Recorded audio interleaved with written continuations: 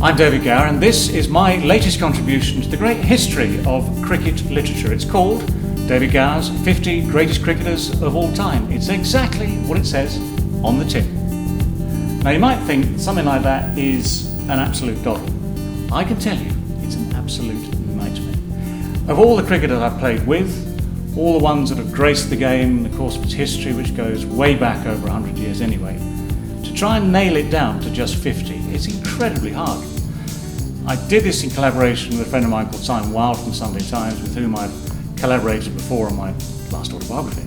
And we got down to a list of, say, 50, 55, 60, nudged a couple out the way, thought about a couple more, and you have to somehow decide who was the best, who was next, put them all in order, and eventually end up with an order which you think is just about right. Then someone else, current, goes and gets a double hundred somewhere, and you start not exactly all over again, but you go round and round in circles. Now, some people love doing this. Some people think this is a great way to spend an evening in the pub with a couple of pints or a bottle of Chardonnay or something and decide who your 50 greatest are.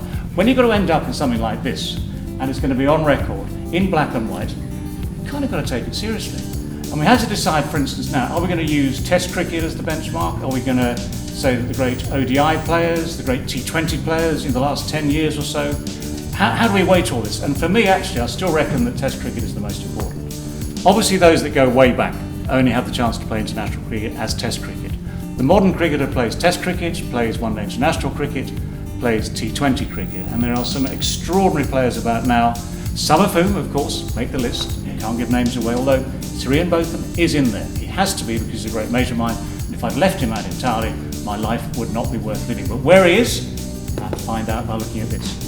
In the end, it was a magic moment when it came to saying, right, there's the 50, they're in order, I'm not going to change my mind again, and if you like it, fantastic. If you don't, and you feel like venting your anger on Twitter as to who I've left out, who I've put in, what the order is, good luck. I'm not on Twitter, but I have a very, very good impersonator who I'm sure will fill all your inquiries. But I hope, above all, you just enjoy the book.